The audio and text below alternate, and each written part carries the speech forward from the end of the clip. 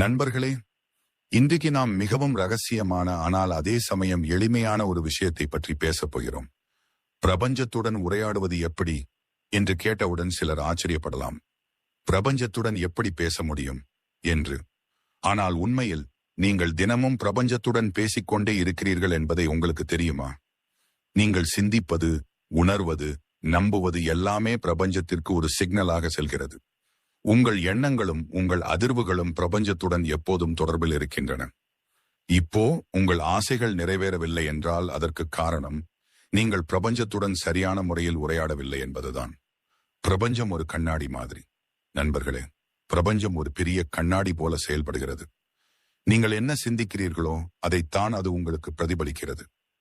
நீங்கள் என் வாழ்க்கை கஷ்டமாக இருக்கிறது என்று தொடர்ந்து நினைத்தால் பிரபஞ்சம் அதையே மீண்டும் உங்களிடம் திருப்பித் தரும்.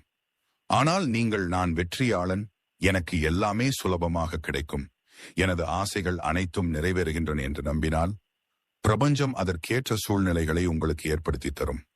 இதுதான் லா ஆஃப் அட்ராக்ஷன், ஈர்ப்பு விதி. எப்போது பேச வேண்டும்? பிரபஞ்சத்துடன் பேசுவதற்கான சரியான நேரம் உங்கள் மனம் அமைதியாக இருக்கும் நேரம். அதாவது காலை எழுந்தவுடன் அல்லது இரவில் தூங்க போடுவதற்கு முன்பு. இந்த நேரத்தில் உங்கள் மனம் மிகவும் அமைதியாக இருக்கும்.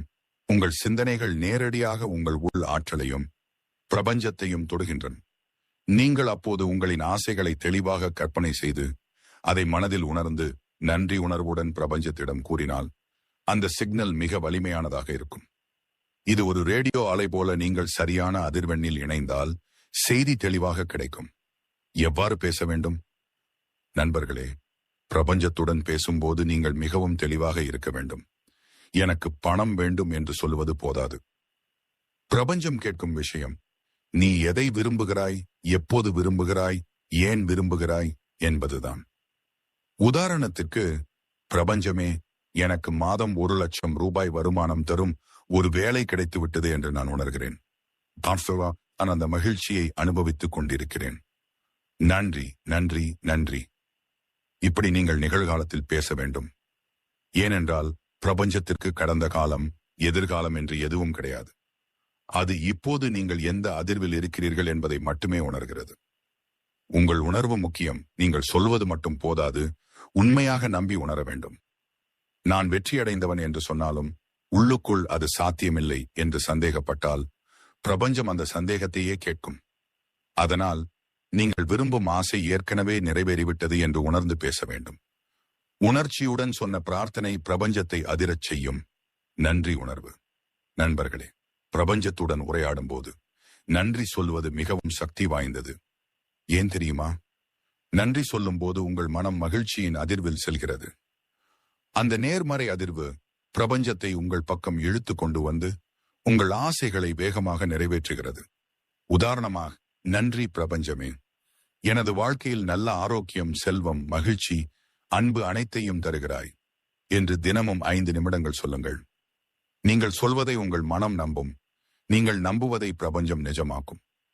தவறுகள் தவிர்க்க வேண்டும். பிரபஞ்சத்துடன் உரையாடும் பொழுது சில தவறுகளை செய்யக்கூடாது. எதிர்மறை வார்த்தைகள் பயன்படுத்தக்கூடாது. எனக்கு கடன் வேண்டாம் என்று சொன்னால் பிரபஞ்சம் கடன் என்பதையே கேட்கும். அதற்கு பதிலாக நான் நிதி சுதந்திரம் பெற்றவன் என்று சொல்ல வேண்டும். சந்தேகம் கொள்ளக்கூடாது. இது நடக்கும் என்று தெரியவில்லை என்ற எண்ணம் உங்கள் ஆசையை பிரபஞ்சத்திலிருந்து தள்ளிவிடும். அவசரப்படக்கூடாது. விதைத்த விதை ஒரே இரவில் மரமாக வளராது. அதைப் போலவே பிரபஞ்சம் உங்கள் சிக்னல்களை பெற்ற பிறகு சரியான நேரத்தில் அதை உங்களுக்கு கொடுக்கும். ஒரு எளிய பயிற்சி. இப்போது ஒரு எளிய பயிற்சி செய்வோம். கண்களை மூடிக்கொள்ளுங்கள். மூச்சை மெதுவாக உள்ளிழுத்து வெளிவிடுங்கள். உங்கள் ஆசை ஏற்கனவே நிறைவேறிவிட்டது என்று கற்பனை செய்யுங்கள். அந்த மகிழ்ச்சியை உங்கள் மனதில் உணருங்கள். நன்றி பிரபஞ்சமே என்று மனதுள் 3 முறை சொல்லுங்கள். இந்த பயிற்சியை தினமும் 5 நிமிடங்கள் காலை மற்றும் இரவு செய்து பாருங்கள். உங்கள் மனதில் மாற்றம் தொடங்கும். உங்கள் வாழ்க்கையிலும் மாற்றம் நிச்சயம் நிகழும்.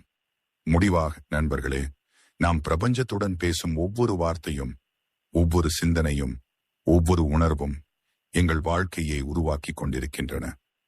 நீங்கள் நேர்மறையாக சிந்திக்கிறீர்களா? நீங்கள் நன்றி உணர்வுடன் பேசுகிறீர்களா? நீங்கள் ஏற்கனவே பெற்றுவிட்டது போல உணர்கிறீர்களா? அப்படியென்றால் பிரபஞ்சம் உங்கள் பக்கம் எல்லா ஆசைகளையும் கொண்டு வந்து வைக்கும். நினைவில் கொள்ளுங்கள், நீங்கள் பிரபஞ்சத்தின் ஒரு பகுதி. பிரபஞ்சம் உங்களின் ஒரு பிரதிபலிப்பு. மேலும் நம் வாழ்க்கையை மாற்றும் அந்த அற்புத ஆற்றலும் இதற்குள் உள்ளது. நாம் அனைவரும் ஒரு நேர்மறை ஆற்றலால் சூழப்பட்டு இருக்கிறோம். நமக்குள் இருக்கிற அந்த நேர்மறை ஆற்றலின் வழியாக நாம் சொல்வது எல்லாம் பிரபஞ்சத்திற்கே சென்றடைகிறது. நம் சிந்தனைகள் என்பவை நமது எண்ணங்களின் அதிர்வுகளே. ஆகவே ஒருமுறை நீங்கள் இப்பிரபஞ்சத்துடன் இணைய கற்றுக்கொண்டால், அதனுடன் தொடர்பை நிலைநிறுத்திக் கொண்டால், மேலும் அதன் சக்தியை உணர்ந்துவிட்டால், உங்கள் ஆசைகளை நிறைவேற்றுவதிலிருந்து உங்களை யாராலும் தடுக்க முடியாது. உண்மையில் இன்று வாழ்க்கையில் நீங்கள் சந்திக்கும் மனிதர்கள், நீங்கள் பெறும் புதிய அனுபவங்கள், இவை அனைத்தும் உங்கள் சிந்தனைகளின் ஈர்ப்பு சக்தியின் விளைவுகளே. இன்றைய காணொளியில் நாம் உங்களுக்கு சொல்லப் போகிறோம், நீங்கள் இப்பிரபஞ்சத்துடன் எவ்வாறு உரையாட முடியும், எப்படி தொடர்பு கொள்ளலாம், மேலும் நீங்கள் விரும்புகிற எதற்கும் எவ்வாறு நம்பிக்கை வைக்கலாம் என்பதை. இந்த கோட்பாட்டை தேர்வு செய்வது என்றால் உங்கள் உள்ளார்ந்த அதிர்வுகளை மாற்ற நினைப்பதை குறிக்கிறது. அதன் மூலம் ஒரு தனித்துவமான அனுபவத்தை பெற்று வாழ்க்கையில் புதிய வாய்ப்புகளை ஈர்க்கும் விதத்தில் மாறுபட்ட முறையில் சிந்திக்க வேண்டும் என்பதை குறிக்கிறது. நீங்கள் உங்கள் உணர்வின் அதிர்வையும் ஆற்றல் நிலையும் உயர்த்தி பிரபஞ்சத்துடன் உரையாடும் அந்த கணத்திற்கு தயாராகுங்கள். அது உங்களின் சுற்றுப்புறச் சூழலிலேயே வெளிப்படும். உங்களின் ஆற்றல் பிரபஞ்சத்திலிருந்து புதிய அனுபவங்களை ஈர்க்கும் வண்ணம் இயங்கும். ஏனெனில் நம்மை உருவாக்கியது இதே விதி. எனவே நம்மை சூழ்ந்து கொண்டிருக்கும் அந்த சக்தியாலேயே நமது வாழ்க்கையில் வெளிப்படப் போகும் நிகழ்வுகளை நாம் உருவாக்க முடிகிறது. நீங்கள் உங்கள் வேண்டுதலையும் உங்கள் ஆசைகளையும் பிரபஞ்சத்திற்கே அனுப்பலாம். அது ஒலி எதிரொலிப்பது போலவே உங்களிடம் திரும்பி வரும். இந்த சக்தியை நீங்கள் உண்மையாக புரிந்து கொள்ள விரும்பினால், அல்லது உங்கள் வாழ்க்கையில் நிகழச் செய்ய விரும்பும் சம்பவங்களை வெளிப்படுத்த விரும்பினால், நீங்கள் எதை விரும்பினாலும், அது புதிய உறவாக இருந்தாலும், புதிய வேலைவாய்ப்பாக இருந்தாலும், பெருமளவு செல்வமாக இருந்தாலும் அது சாத்தியமே. ஒன்று, பிரபஞ்சத்துடன் நமது உறவை வளர்த்துக் கொள்ளுங்கள். மன அமைதியாக இருந்தாலும், வேறு எதையும் விரும்பினாலும் இவை அனைத்தையும் பெற முடியும். இன்று காணொளியில் நீங்கள் பிரபஞ்சத்துடன் எளிதாக எவ்வாறு உரையாட முடியும், விரும்பியதை எவ்வாறு கேட்க முடியும் என்ற வழிமுறையை சொல்லப் போகிறேன். இதனை பிரபஞ்சத்தின் தொலைபேசி எண் என்று கூட அழைக்கலாம். அந்த எண் தெரிந்து கொள்ள தயாரா? அப்படியெனில் தொடங்குவோம். நண்பர்களே, நீங்கள் ஈர்ப்பு விதியை ஒருபோதும் பயன்படுத்தவில்லை என்றாலோ, அல்லது பிரபஞ்சம் எவ்வாறு செயல்படுகிறது என்று அறியவில்லை என்றாலோ, இப்போதாவது பிரபஞ்சத்துடன் உறவு ஏற்படுத்திக் கொள்ள கற்றுக்கொள்ள வேண்டும். நம் பிரபஞ்சம் மிக மர்மமான ஒன்று. இதுவரை எந்த பெரிய அறிவியல் கண்டுபிடிப்பும் இதன் ரகசியங்களை முழுமையாக வெளிப்படுத்தவில்லை. இது மிக வலிமையானது, அளவற்றது, அனைத்தையும் கொண்டது. ஆகவே இதனுடன் ஆழமான உறவை வளர்த்துக் கொள்ள முதலில் இதன் தெய்வீக ஆற்றல் மீது நம்பிக்கை கொள்ள வேண்டும். இதன் அதிசயங்களை பொறுமையுடன் காத்திருக்க வேண்டும். நீங்கள் எந்த வடிவில் வேண்டுமானாலும் பிரபஞ்சத்தின் சக்தியை அழைக்கலாம். எளிமையாகச் சொன்னால், உங்கள் வேண்டுதலுக்கு எந்த வடிவிலும் பிரபஞ்சம் பதில் அளிக்கலாம். வானில் பறக்கும் பறவை கூட உங்களுக்கு ஒரு அறிகுறி தரக்கூடும், அல்லது எதிர்பாராமல் வரும் ஒரு தொலைபேசி அழைப்பாகவும் இருக்கலாம். எந்த வடிவிலும் அந்த அறிகுறி உங்களுக்கு வரும். உங்களுக்கு தேவையானது ஒன்றே ஒன்று, பிரபஞ்சத்தின் மீது நம்பிக்கை. மனம் முழுவதும் அமைதியாக இருந்து அதன் ஆற்றல்களை நம்பிக்கையுடன் அணுக வேண்டும். இப்போது இரண்டாவது, உங்கள் குறிக்கோளை நிர்ணயியுங்கள். இந்த அடுத்த படி நீங்கள் பிரபஞ்சத்திடம் என்ன கேட்க விரும்புகிறீர்கள் என்பதை புரிந்து கொள்ள சம்பந்தப்பட்டது. நீங்கள் அதிலிருந்து என்ன எதிர்பார்க்கிறீர்கள்? நீங்கள் கேட்கும் எதுவாக இருந்தாலும் அது நிச்சயம் கிடைக்கும். அதன் நிறைவேற்றத்திற்கான சான்றுகள், பாதைகள் உங்களுக்கு காட்டப்படும். ஆனால் நீங்கள் கேட்ட அதே வடிவில் கிடைக்கும் என்று சொல்ல முடியாது. நீங்கள் உள்ளத்தில் வெறுப்பு அல்லது எதிர்மறையான உணர்வுடன் பிரபஞ்சத்தோடு இணைய முயன்றால் உங்கள் வேண்டுதல் நிறைவேறாது. எனவே முழு மனம், மரியாதை, உணர்ச்சியுடன் பிரபஞ்சத்தை உணர வேண்டும். எந்த தீய எண்ணங்களும் இல்லாமல் உங்களின் நல்லெண்ணங்களை பிரபஞ்சத்திற்கு செலுத்த வேண்டும். கண்களை மூடி முழு கவனத்தையும் இதயத்திலும் மூச்சிலும் செலுத்துங்கள். ஆழ்ந்த மூச்சு எடுங்கள். ஒரு முறை பிரபஞ்சத்துடன் இணையும் உங்கள் நோக்கம் உறுதியாகிவிட்டால், அதன் சக்தி எளிதாக உங்கள் உடலிலும் வாழ்க்கையிலும் நுழைந்து மாற்றம் செய்ய முயலும். அடுத்து மூன்றாவது, கற்பனை செய்யுங்கள். நண்பர்களே, கற்பனை என்பது மனிதனுக்கு தெய்வத்தால் கொடுக்கப்பட்ட அரிய ஆற்றல். எத்தனை பயன்படுத்தி வாழ்வில் எதையும் சாத்தியமாக்க முடியும். கண்களை மூடி மனமார்ந்த நோக்கத்துடன் பிரபஞ்சத்தின் சக்தியை கற்பனை செய்யுங்கள். அந்த ஆற்றலை உணருங்கள். நீங்கள் கேட்டது உங்களிடம் வந்துவிட்டதாக கற்பனை செய்யுங்கள். உங்கள் 5 புலன்களையும் பயன்படுத்தி அதை உணருங்கள். நீங்கள் கேட்ட சூழ்நிலை உண்மையிலேயே நடந்துவிட்டது போல உணருங்கள். இந்த சக்தியின் ரகசியம் உங்கள் உணர்வின் மீது முழு கவனம் செலுத்துவதிலேயே உள்ளது. உங்கள் வேண்டுதலை உணர்ந்து கொள்ளுங்கள். நீங்கள் உணர்ச்சியோடு எவ்வளவு அதிகம் இணைகிறீர்களோ அவ்வளவு விரைவாக பிரபஞ்சம் அதை நிறைவேற்றும். 4வது, பிரபஞ்சத்திற்கு நன்றி சொல்லுங்கள். நண்பர்களே, நீங்கள் உங்களை நிரந்தர அமைதி மற்றும் உணர்வுகளோடு இணைக்கும் போது அது இறைவனுடன் உரையாடி எதையும் கேட்கச் சிறந்த நேரம். நன்றி உணர்ச்சியுடன் தொடங்குங்கள். அது உங்கள் உணர்வுகளை பிரபஞ்சத்திற்கு கொண்டு செல்லும். நீங்கள் சொல்லும் வேண்டுதலை பிரபஞ்சம் ஏற்றுக்கொள்கிறது. இதயத்திலிருந்து வெளிப்படும் நன்றி உணர்வு தனித்துவமான அதிர்வுகளை உருவாக்கி பிரபஞ்சத்திற்கு சென்றடைகிறது. கண்களை மூடி உங்களை ஆராய முயலுங்கள். மகிழ்ச்சியாக இருங்கள். பிரபஞ்சத்திற்கும் இறைவனுக்கும் இயற்கைக்கும் நன்றி உணர்வு கொள்ளுங்கள். 5வது, உங்களை விடுவித்துக் கொள்ளுங்கள். நீங்கள் இவை அனைத்தையும் உங்கள் உள்ளத்தில் கொண்டு வந்த பின் அதனை பயன்படுத்தும் போது உங்களை முழுமையாக விடுவித்துக் கொள்ளுங்கள். அப்போது அதன் விளைவுகளை பற்றி கவலைப்பட தேவையில்லை. பிரபஞ்சம் எவ்வாறு செய்கிறது என்று கூட யோசிக்க தேவையில்லை. அந்த ரகசியத்தை அறிந்திருப்பது பிரபஞ்சம் மட்டுமே. இதற்காக நீங்கள் தினமும் 24 மணி நேரமும் அமர்ந்து பேச வேண்டியதில்லை. இது சாதாரணமான விஷயம் அல்ல. கோரியரை போல் உடனடியாக வந்து சேராது. ஆனால் உங்கள் வாழ்க்கை நேர்மறையான மாற்றங்களுடன் இயங்கத் தொடங்கும். 6வது, பிரபஞ்சத்தின் மீது முழு நம்பிக்கை வையுங்கள். நீங்கள் அதிக நேர்மறை உணர்வுகளுடனும் விழிப்புணர்வுடனும் வாழ வேண்டும். உங்கள் வேண்டுதலுக்கான பதில் பல்வேறு வடிவங்களில் உங்களுக்கு கிடைக்கும். அதை நாங்கள் முன்பே சொன்னோம். எனவே எப்போதும் விழிப்புடன் இருங்கள். ஏனெனில் இறைவன் இத்தகைய அறிகுறிகளின் வழியாகவே பேசுகிறார். சுற்றியுள்ள சூழலில் நிகழும் மாற்றங்களை உணருங்கள். பிரபஞ்சம் தரும் அறிகுறிகளை புரிந்து கொண்டு அதற்கேற்ப நடந்து கொள்ளுங்கள். இதனால் உங்கள் ஆசைகள் 100% நிறைவேறும். நீங்கள் கேட்டது நிச்சயமாக கிடைக்கும். ஆனால் அது உங்களுக்கு சரியான நேரத்தில் மட்டுமே வரும். நம்பிக்கை வையுங்கள். உங்கள் வேண்டுதல் சரியான தருணத்தில் உங்களுக்கு திரும்பி வரும். ஒரு முறை பிரபஞ்சத்திற்கு அனுப்பிவிட்ட பின் அதன் நிறைவேற்றம் நடைபெறும் என்ற நம்பிக்கையில் இருங்கள். ஒவ்வொரு நாளும் உங்கள் உள்ளம் உணர்ச்சியோடு இருக்கட்டும். உங்கள் வேண்டுதலை முழு இதயத்தோடும் உணருங்கள். நன்றி உணர்வை வெளிப்படுத்துங்கள். அதன்பின் அதை வாழ்க்கையில் உண்மையாக்கப் போகும் என்று காத்திருங்கள். முக்கியமானது நேரம். பொறுமையுடன் காத்திருங்கள். அதே சமயம் பிரபஞ்சத்துடன் ஆன்மீகமாக இணைவீர்கள். சுற்றிலும் நேர்மறை ஆற்றல் நிறைந்த உலகில் நீங்கள் இருப்பீர்கள். இந்த 6 விதிகளை பின்பற்றினால் நீங்கள் ஒருபோதும் நினைத்து பார்க்காத ஆசைகளும் கூட நிறைவேறும். பிரபஞ்சத்துடன் இணைய நீங்கள் முழு இதயத்துடனும் அதன் மீது நம்பிக்கையுடனும் பிரார்த்திக்க வேண்டும். எப்போதும் நேர்மறையாகவும் இறைவன் மீது நம்பிக்கையுடனும் இருங்கள். பிரபஞ்சத்துடன் உரையாடி அதுவரை செல்ல உங்களுக்கு எனது இதயபூர்வமான வாழ்த்துக்கள். இப்போது நாம் அறிந்து கொள்வோம், பிரபஞ்சம் எவ்வாறு நமக்கு சைகை செய்கிறது. எந்த மனிதர்களிடம் இது தனது சக்திகளை உணர்த்த முற்படுகிறது அல்லது யாருடனும் தொடர்பு கொள்ள முயல்கிறது. வல்லுநர்கள் கூறுவது பிரபஞ்சத்தின் சக்திகள் நிச்சயம் உங்களுடன் தொடர்பு கொள்ள விரும்புகின்றன. நீங்கள் நம்பினாலும் நம்பாவிட்டாலும் பிரபஞ்சத்தில் சில ஆற்றல்கள் உங்களுடன் தொடர்பு கொள்ள முயல்கின்றன. அவையதான் உங்களுக்கு வரும் காலம் நல்லதா சிரமமா என்பதை உணர்த்துகின்றன. சில நேரங்களில் அவை உங்களை எச்சரிக்கவும் செய்கின்றன. இந்த சிறப்பான ஆற்றல்கள் சில நேரங்களில் விசேஷமான அறிகுறிகளை தருகின்றன. உங்களின் வாழ்க்கையில் திடீரென பிரச்சனைகள் அதிகரிக்க தொடங்கினால், வழி எங்கு முடிகிறது என்று புரியாமல் இருந்தால், அது இறைவன் அல்லது பிரபஞ்ச சக்தி உங்களுடன் தொடர்பு கொள்ள முயற்சி செய்வதன் சின்னம். இதனை உணர ஆன்மீகத்தையும் தியானத்தையும் நாட வேண்டும். அப்போதுதான் அவை தரும் தகவல்களை நீங்கள் உணர முடியும். சில நேரங்களில் நாம் ஒரே பாதையை தேர்ந்தெடுத்து அதில் கட்டாயமாக செல்ல நேரிடுகிறது. நாம் விரும்பாவிட்டாலும் அதே திசையில் ஓடிச் செல்ல தூண்டப்படுகிறோம். இதுவும் பிரபஞ்ச சக்திகள் தரும் சைகையே. உங்கள் வாழ்க்கையின் குறிக்கோளை புரிந்து சரியான பாதையில் முன்னேறுவதற்கான அறிகுறி. இந்த உலகில் சம்பவ சீர்கேடு என்று எதுவும் இல்லை. நடப்பதற்கு பின்னால் ஒரு காரணம் கண்டிப்பாக உள்ளது. உதாரணமாக, சில நேரங்களில் நாம் ஒரு பயணம் செல்ல திட்டமிட்டாலும் அதனை இறுதியில் ரத்து செய்து விடுகிறோம்.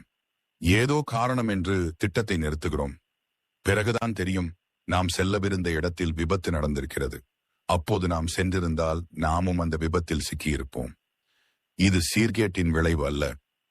இதற்கு பின்னால் இருந்தது அந்த சக்திகளின் கருணையதான். அதுவே நம் மனதில் திட்டத்தை ரத்து செய்ய வைத்தது. சில நேரங்களில் திடீரென உள்ளத்தில் பதற்றம் ஏற்படுகிறது. அமைதியாக அமர முடியாது. மனதில் பல எண்ணங்கள் ஓடிக்கொண்டே இருக்கும். வெளியில் சந்தோஷமாக இருந்தாலும் உள்ளம் நிறைவே இல்லை. ஏதோ தெரியாத கவலை வாட்டிக் கொண்டிருக்கும்.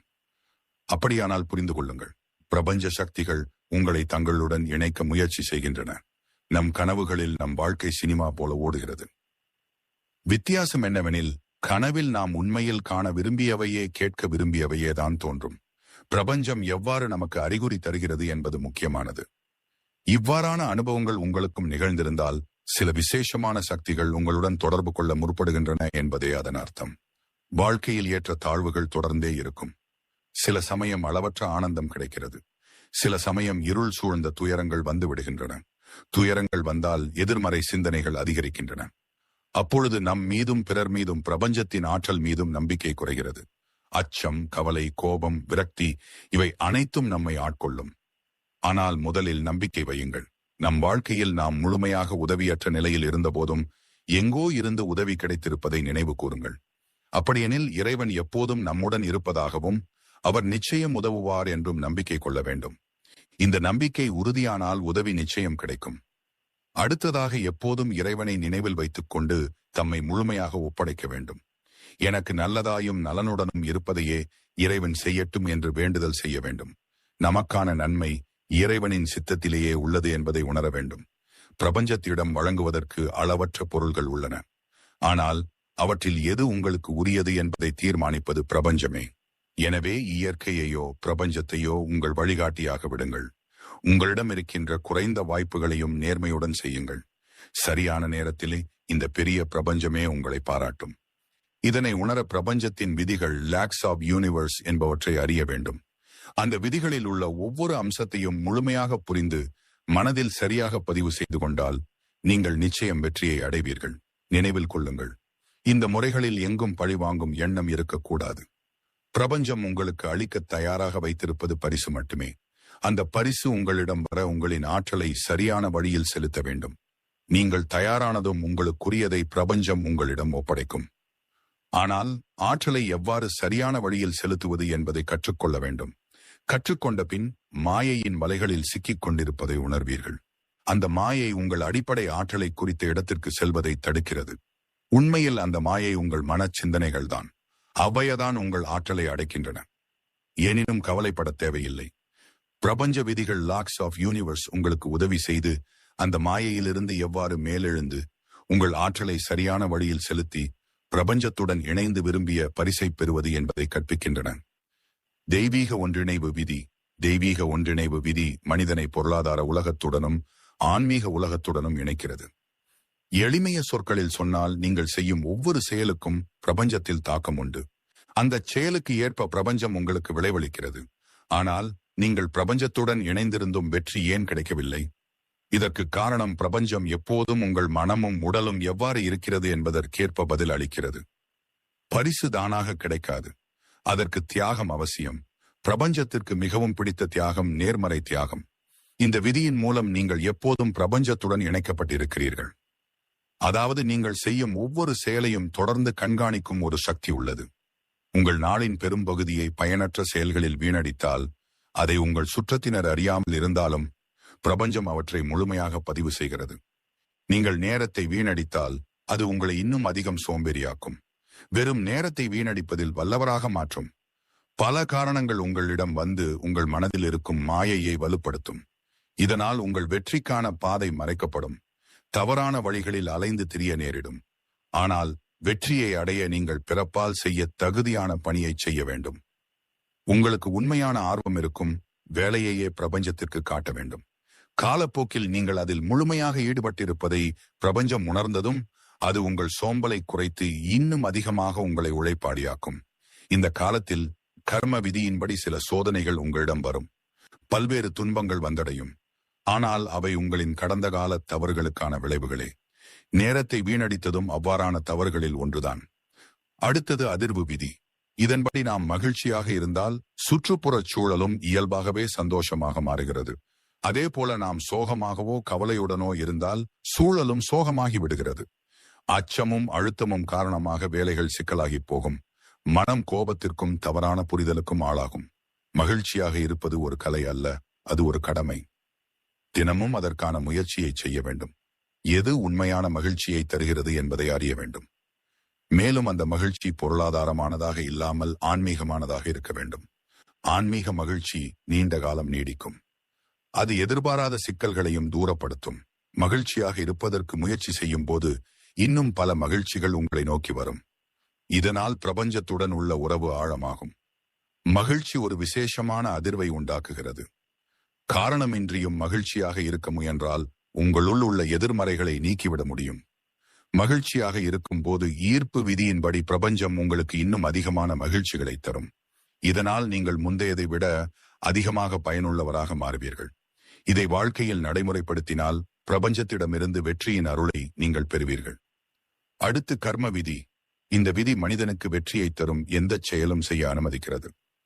ஆனால் கவனமாக இருங்கள். தவறான வழியை தேர்ந்தெடுத்தால் அதன் விளைவுகளை அனுபவிக்க வேண்டியிருக்கும். பிரபஞ்சம் விரும்புவது நீங்கள் உழைப்பின் மூலம் எதை வேண்டுமானாலும் அடைய வேண்டும் என்பதே. உழைப்பு என்பது பிரபஞ்சம் கொடுத்த அற்புதமான பரிசு. அதை பெற சோம்பலை விட்டுவிட வேண்டும்.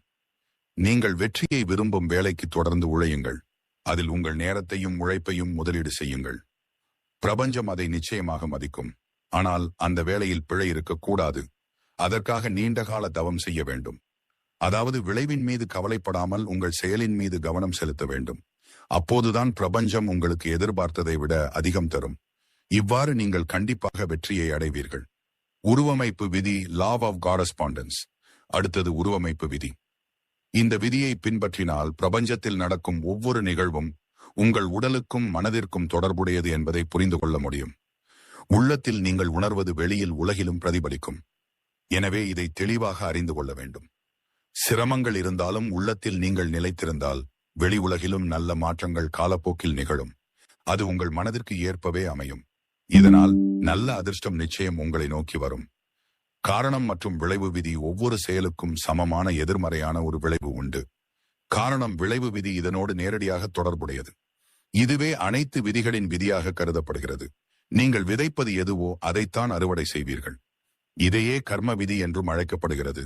உங்கள் ஒவ்வொரு சிந்தனை, உணர்ச்சி, எண்ணம் இவை வெளியுலகில் தாக்கம் செலுத்தும். அதற்கேற்ப எதிர்வினையும் வரும். ஆனால் சில சமயம் நாம் நல்லதை செய்திருந்தும் மோசமான விளைவுகள் ஏற்படுகிறது. ஏன்? ஒரு மனிதன் நல்லதை செய்வது அவன் மிகவும் தேவையான வேறு எதையோ இயற்கையால் வழங்கப்படும் என்பதற்கான சுட்டி. நல்ல செயலுக்கு பின்பும் கஷ்டம் வந்தால் இதுவே பழைய தீய கர்மாவின விளைவுகளை அனுபவிக்கச் செய்வதற்கான அறிகுறி. பழைய பிழைகளுக்குறை வேண்டும் என்பதற்காகவே இது நிகழ்கிறது. கர்மா உங்கள் பழைய பிழைகளை சுத்திகரித்த பிறகுதான் நீங்கள் செய்த நல்ல செயல்களின் நல்ல பலன் உடனடியாக கிடைக்கத் தொடங்கும். ஆகவே எப்போதும் நல்ல செயல்களில் உங்கள் நேரத்தை செலவிட வேண்டும். தொடர்ந்து செயலில் ஈடுபடுவது அவசியம். இல்லையெனில் பிரபஞ்சம் உங்களை செயல் செய்யாதவர்களின் பட்டியலில் சேர்த்துவிடும். அத்தகையவர்களுக்கு எந்த பரிசும் கிடைக்காது. நல்ல செயல்களில் தொடக்கத்தில் சிரமங்கள் வந்தாலும் அது பழைய கர்மாவின விளைவுதான். எனவே பொறுமையுடன் உழைப்புடன் தொடர வேண்டும். ஒரு செயல் பெரியதா சிறியதா என்பதில் இல்லை. ஒவ்வொரு மனிதனும் தன் கர்மாவின விளைவுகளை அனுபவிக்க வேண்டியது அவசியம். இடமாற்ற விதி, லா ஆஃப் கம்பென்சேஷன். நீங்கள் பிறருக்கு கொடுப்பது எதுவோ அதையே திரும்பப் பெறுவீர்கள். உங்கள் நோக்கம் யாரையும் வலிப்படுத்துவதுதான் எனில் உங்களும் அந்த வலியை வேறொரு வடிவில் அனுபவிக்க வேண்டியிருக்கும். ஆனால் உங்களின் சிறந்த எண்ணங்களோடு யாருக்காவது உதவினால் பிரபஞ்சமும் உங்களுக்கு மிகச் சிறந்த பரிசை தரும். இவ்விதம்தான் படைப்பில் சமநிலை காக்கப்படுகிறது. ஏனெனில் நாம் எப்போதும் பிரபஞ்சத்துடனும் அதன் விதிகளுக்குள் இயங்குகின்றோம். ஈர்ப்பு விதி, லா ஆஃப் அட்ராக்ஷன். இப்போது ஈர்ப்பு விதி பற்றி பேசுவோம். பிரபஞ்ச விதிகளில் மிகவும் பிரபலமானதும் பேசப்படும் விதியும் இதுதான். ஈர்ப்பு விதி, லா ஆஃப் அட்ராக்ஷன் என்று அறியப்படுகிறது. நீங்கள் இந்த பிரபஞ்சத்திலிருந்து எதையும் அடையலாம். அவசியம் இருப்பது ஒரே ஒன்று, உள்ளத்தில் நேர்மறை ஆற்றலை உருவாக்க வேண்டும். ஈர்ப்பு விதி சொல்லுவது உலகில் உள்ள அனைத்தும் ஆற்றலால் ஆனவை. அவைகள் மனித மனத்தின் சிந்தனைகளுக்கு ஏற்ப நேர்மறை அல்லது எதிர்மறை ஆற்றல்களை ஈர்க்கின்றன. நீங்கள் எத்தகைய ஆற்றலை வெளியில் செலுத்துகிறீர்களோ அதே போலான ஆற்றலே உங்களிடம் திரும்பி வரும். இது எளிதானது. ஆகவே நேர்மறை ஆற்றலை உருவாக்கும் சிந்தனைகளில் உங்கள் மனதை அதிக நேரம் ஈடுபடுத்துங்கள். உங்களுள் நேர்மறை விரிவடையும். எதிர்மறை சிந்தனைகளை உருவாக்கும் செயல்களில் ஈடுபடாமல் தவிர்க்கவும். உங்கள் மனதில் பெற விரும்பும் எண்ணங்களை தெளிவாக தொடர்ந்து நினைத்துக் கொண்டிருங்கள். சரியான நேரத்தில் ஈர்ப்பு விதியின் அடிப்படையில் நீங்கள் கேட்ட குறிக்கோளை நிச்சயம் அடைவீர்கள். ஆற்றல் பாதுகாப்பு விதி, law of conservation of energy. இப்போது ஆற்றல் பாதுகாப்பு விதி பற்றி பேசுவோம். எல்லா உயிரினங்களிலும் ஆற்றல் நிறைந்திருக்கிறது என்பதை நாமெல்லாம் அறிவோம்.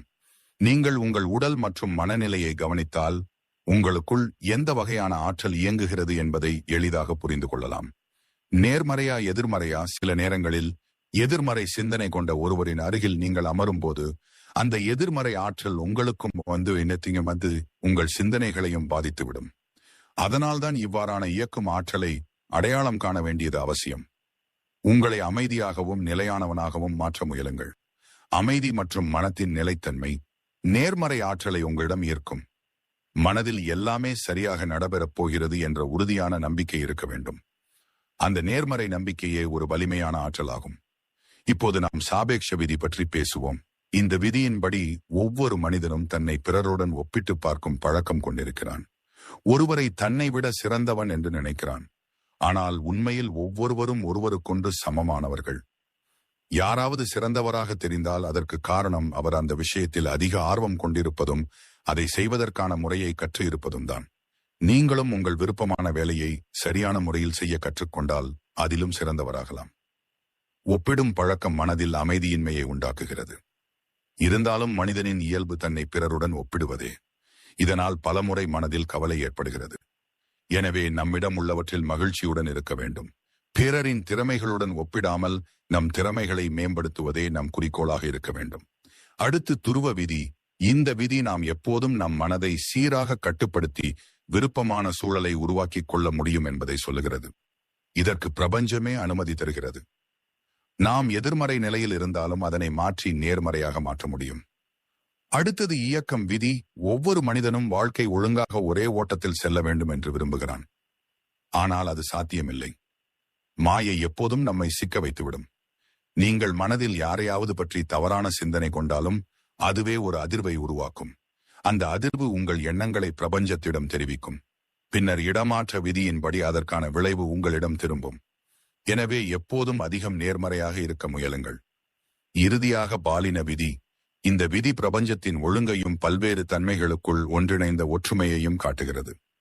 முழு பிரபஞ்சமும் ஆண் மற்றும் பெண் சக்திகளின் இணைப்பால் உருவாக்கப்பட்டுள்ளது. பிரபஞ்சத்தில் உள்ள அனைத்திற்கும் 2 அம்சங்கள் உள்ளன. ஆண் பெண் வாழ்க்கை அமைதியாகவும் செழிப்புடனும் இருக்க இந்த இரண்டும் சம உரிமையுடன் இணைந்திருக்க வேண்டும். இந்த ஒன்றிணைவு ஏற்பட்டால்தான் உண்மையான அமைதியும் வளர்ச்சியும் செல்வமும் கிடைக்கும். பிரபஞ்சத்தின் இந்த விதிகளை வாழ்க்கையில் சரியாக பின்பற்றினால் மட்டுமே வளமான வாழ்க்கையை எதிர்பார்க்கலாம். இவ்விதிகளின் மூலம் நீங்களும் பிரபஞ்சத்துடன் இணைந்து உண்மையான வெற்றியை அடையலாம். நண்பர்களே, இப்போது நான் சொல்லப்போகும் இந்த முறையை நீங்கள் நான் கூறுவது போல் செய்து வந்தால் உங்கள் வாழ்க்கையில் வெற்றி பெறுவதிலிருந்து யாரும் தடுக்க முடியாது. இந்த முறை மிக வலிமையானது. ஏனெனில் இதன் தொடக்கம் இறைவனுக்கு நன்றி செலுத்துவதிலிருந்து துவங்குகிறது. நாம் யாருக்காவது நன்றி சொன்னால் அவர்களது மனதில் நம்மை பற்றிய நல்ல எண்ணம் உருவாகும். நாமெல்லாம் இறைவனின் பிள்ளைகள். ஆனாலும் வகுப்பில் உள்ள மாணவர்களில் சிறப்பாக தெரிய வேண்டுமானால் எதையாவது தனித்துவமாக செய்ய வேண்டும். ஆசானிடம் மரியாதையுடன் நடந்து கொள்ள வேண்டும். நல்ல செயல்களில் ஈடுபட வேண்டும். அனைவரையும் மதிக்க வேண்டும். இதை செய்தால் ஆசான் உங்களை முன்னிலைப்படுத்துவார். அதேபோல இந்த உலகின் கூட்டத்தில் நாமும் வேறுபட்ட முறையில் நடக்க வேண்டும். அப்போதுதான் இறைவனின் பார்வை நம் மீது விழும். இதற்கான தொடக்கம் நன்றி உணர்வை வெளிப்படுத்துவதிலிருந்துதான். இறைவன் நமக்கு அளித்துள்ள அனைத்திற்கும் நன்றி செலுத்த வேண்டும். நல்ல செயல்களில் கவனம் செலுத்த வேண்டும். யாராவது சிரமத்தில் இருந்தால் உடனடியாக உதவி செய்ய வேண்டும். இதனால் நம்மிடமும் இறைவனிடமும் தனித்துவமான உறவு உருவாகிறது. எனவே தினமும் இறைவனுக்கு நன்றி செலுத்த வேண்டும். இன்று என்னிடம் இருப்பதற்கெல்லாம் இந்த இயற்கைக்கு நன்றி செலுத்துகிறேன். எனது நல்ல உடல் நலத்திற்காக நன்றி. என்னை அதிர்ஷ்டசாலியாக ஆக்கியதற்காக நன்றி. என்னை புகழ் பெற்றவனாக ஆக்கியதற்காக நன்றி. என் வாழ்க்கையை வெற்றிகரமாக ஆக்கியதற்காக நன்றி. என்னை பொறுமையுடனும் வலிமையுடனும் ஆக்கியதற்காக நன்றி.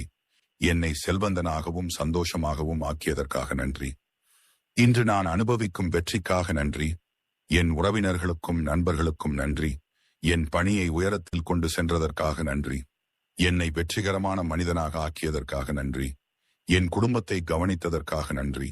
என் வாழ்க்கையை அன்பால் அலங்கரித்ததற்காக நன்றி. என் குறிக்கோளை உயரத்தில் கொண்டு சென்றதற்காக நன்றி. இதை தினமும் 5 முதல் 10 நிமிடம் செய்தால் அதன் அதிசயம் விரைவில் உங்களுக்கு தெரியும். நண்பர்களே, உங்களுக்கு இந்த தகவலும் இந்த காணொளியும் பிடித்திருந்தால் கருத்துக்களில் சொல்லுங்கள். காணொளியை லைக் செய்யவும் சேனலை சப்ஸ்கிரைப் செய்யவும் மறக்க வேண்டாம். மிக விரைவில் மற்றொரு புதிய காணொளியுடன் சந்திப்பேன். நன்றி.